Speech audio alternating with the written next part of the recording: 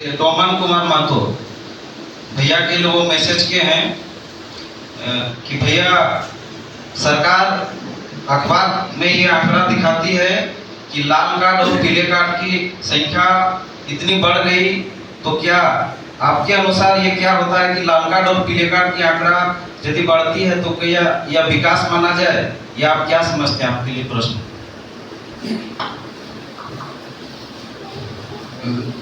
ये लाल कार्ड और पीला कार्ड विकास का पैमाना नहीं हो सकता है। लाल कार्ड और पीला कार्ड में अगर बढ़ोतरी हो रहा है तो समझ जाइए हमारे यहाँ गरीबी बढ़ रही है। और अगर सरकार ये कहती है कि हमने लाल कार्ड की संख्या को बढ़ा दिया है, ये हमारी उपलब्धि है, तो हम ये कहेंगे कि सरकार यह कहकर लोगों को गुमराह करने का काम करती है। इसलिए ये हमारा विकास का पैमाना नहीं हो सकता है। विकास तभी हम कहेंगे जिससे लाल कार्ड और पीले कार्ड की संख्या घटकर खत्म हो जाएगी या घटेगी, तभी हम कहेंगे कि आज हमारा प्रदेश विकास के मार्ग पर अग्रसर है। नाम बोलिए। हमें भैया को खतियानी जवाहर।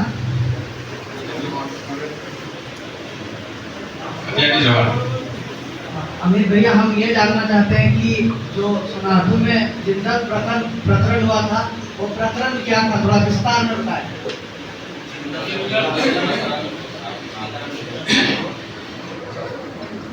हमारे सोनाहातू प्रखंड में जो 7 पंचायत है, जिसमें से हमारा पूर्वी क्षेत्र कहा जाता है सोनाहातू का, वहां पर तेतला पंचायत एक है जगह जहां पर कि हिंडाल्को अपनी एक्सटेंशन देना चाहते थे, उसे डंप यार्ड बनाना चाहते थे। अपना जो वेस्टेज उसका निकलता है, वेस्टेज मटेरियल जो निकलता है, वहां पर डंप करना चाहते थे हिंडाल्को तेतला पंचायत में। और बाद बाकी जो पंचायत है, हारिन हो या दुलबी हो या फिर पटनाटी हो या फिर और भी जो पंचायत हमारे हैं, लाधोपी हो, हेसाडी हो, तो वहां पर क्या था कि वहां पर अपना ब्रांच खोलना चाहती थी जिंदल कंपनी, जो कि JSW के नाम से जाना जाती है। तो ये दोनों कंपनियां वहां पर लगभग 20,000 एकड़, उससे भी कहीं ज्यादा एकड़ एक्वायर करना चाह रही थी, और एक्वायर कर भी रही थी अवैध तरीके से। और उसमें संलिप्त थे वहां के CO अंचलाधिकारी सोनाहातू के। और हम लोग हमेशा ये डिमांड कर रहे थे, क्योंकि ये जो पूरा 7 पंचायत का जो एरिया है वो पूरा कृषि प्रधान क्षेत्र है, कृषि पर ही आश्रित है लोग, और वहाँ की जो जमीनें हैं उपजाऊ है। वहाँ के लोग जब विरोध किया करते थे तो उस विरोध में मैं शामिल हुआ करता था, क्योंकि हम उनकी दर्द से वाकिफ थे। इसलिए हम लोगों ने 1 मार्च 2006 की बात होगी, जब हम लोगों ने पैदल मार्च किया था। 1 मार्च 2006 की बात है, पैदल मार्च किया। और दुलबी गड़ाड़ी एक जो जगह है, वहां से हम लोग पैदल चले गए थे, जाकर राजभवन तक हम लोग गए, और जाके राजभवन में हम लोगों ने राज्यपाल के नाम ज्ञापन सौंपा। उसके बाद में जब बात नहीं बनी तो फिर हम लोगों ने 7 दिन का आमरण अनशन किया। 7 दिन ऐसे नहीं था कि हम लोग को 7 दिन ही करना है, पर आमरण अनशन नहीं किया। ये हमें लगती है ये बात होगी 2008 या 2009 की होगी। तो उस वक्त बाबूलाल जी थे, मैं उस वक्त JVM का सदस्य हुआ करता था, झारखंड विकास मोर्चा का। तो बाबूलाल जी और प्रदीप यादव जी उस वक्त आके हम लोगों के अनशन को तुड़वाने का काम किए थे, जो कि अनशन 7 दिनों तक चला था।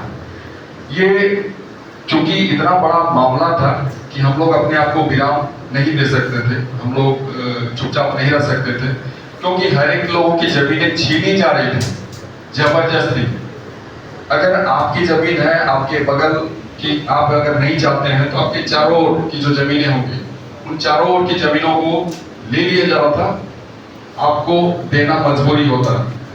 तो ऐसे अवस्था में हम लोग इसको जरूरी समझे कि हम इस विषय को लेकर कभी विराम नहीं देंगे संघर्ष को।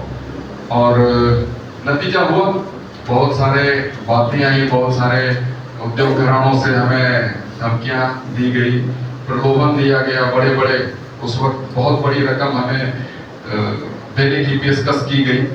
लेकिन हमारे लिए क्या है कि मोहब्बत सबसे बड़ी चीज़ है। पैसे से कोई हमें खरीद नहीं सकता है। आप प्यार से हमें गोली मार जरूर सकते हैं, बुला रहे हैं, खिला रहे हैं, पिला रहे हैं, बैठा रहे हैं, आइए स्वागत करते हैं ताकि गोली जरूर मार सकता है, लेकिन पैसे से कोई खरीद नहीं सकता है।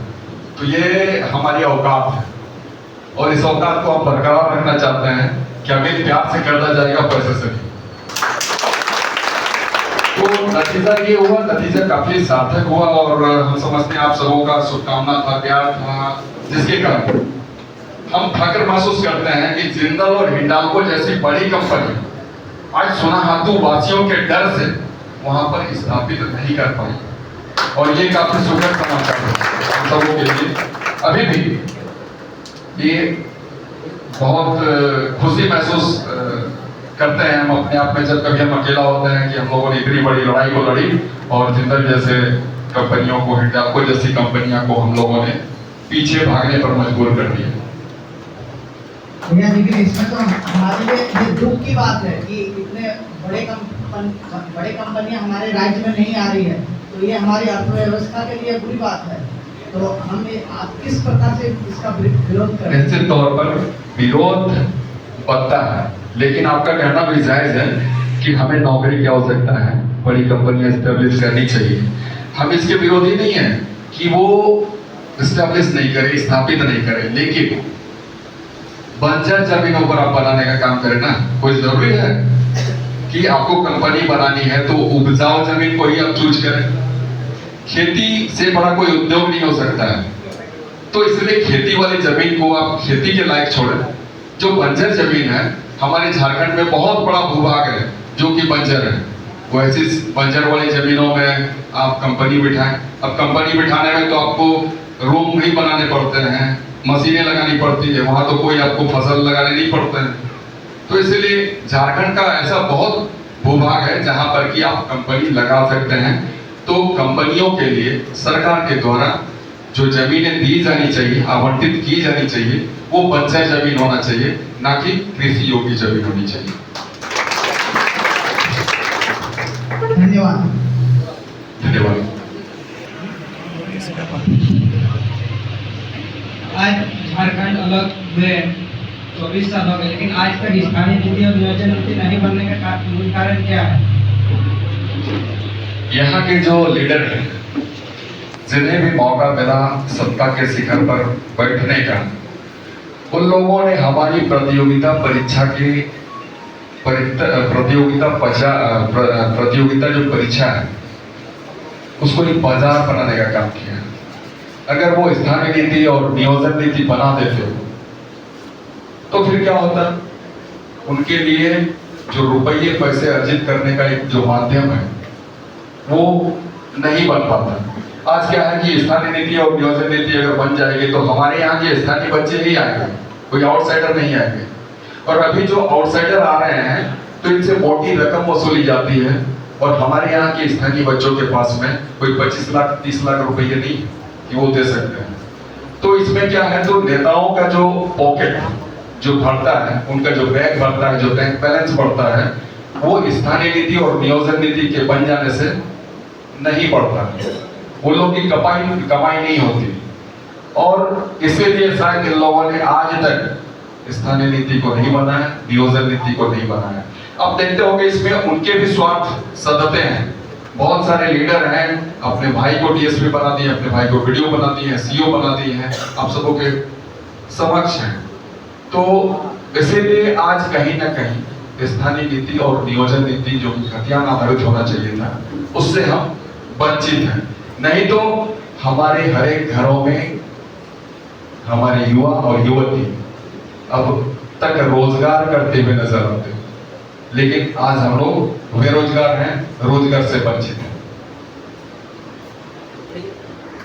क्या 1932 का झारखंड में लग पाएगा? आपको हम क्लियर करें, 1932 की मैं बात नहीं करता हूं, हम बात करते हैं खतियान की बात। खतियान हर एक जगह का अलग अलग समय में सर्वे हुआ है।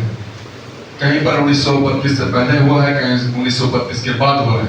इसलिए हम लोग कहते हैं कि जिले का अंतिम सर्वे सेटलमेंट हर एक जिले में जो अलग अलग सर्वे हुआ है उस तिथि को मानी जाए, या फिर हम तो इसलिए कहें कि खतियान को माना जाए। तो आपका ये जो कहना है 32 नहीं, हम खतियान की बात करते हैं। और दूसरी बात है, आपने कहा कि क्या खतियान हमारे इस प्रदेश में लागू हो गए और लागू हो पाएगा? तो निश्चित रूप में लागू होगा। यहाँ के जो लीडर हैं उसमें इच्छा शक्ति होनी चाहिए, और आने वाले दिनों में कहीं ना कहीं कल जब हम उस स्थिति पर खड़े होंगे तो इन बातों को मनाने के लिए हम मजबूर कर देंगे, उसे घुटने टेकने पड़ेंगे।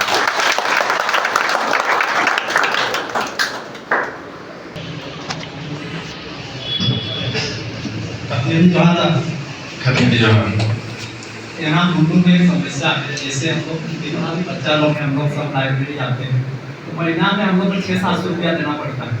तो जैसे हम लोग का ये 5 परगना का एक हिसाब से शिक्षा का है गुंडू, तो हम लोग को 600-700 रुपया हर महीना देना पड़ता है। इसीलिए हम बोलना चाहेंगे कि यहाँ एक सरकारी लाइब्रेरी होना चाहिए। इस पर आप आगे इसको बात को ले जाइए, हम नहीं बोलना चाहते।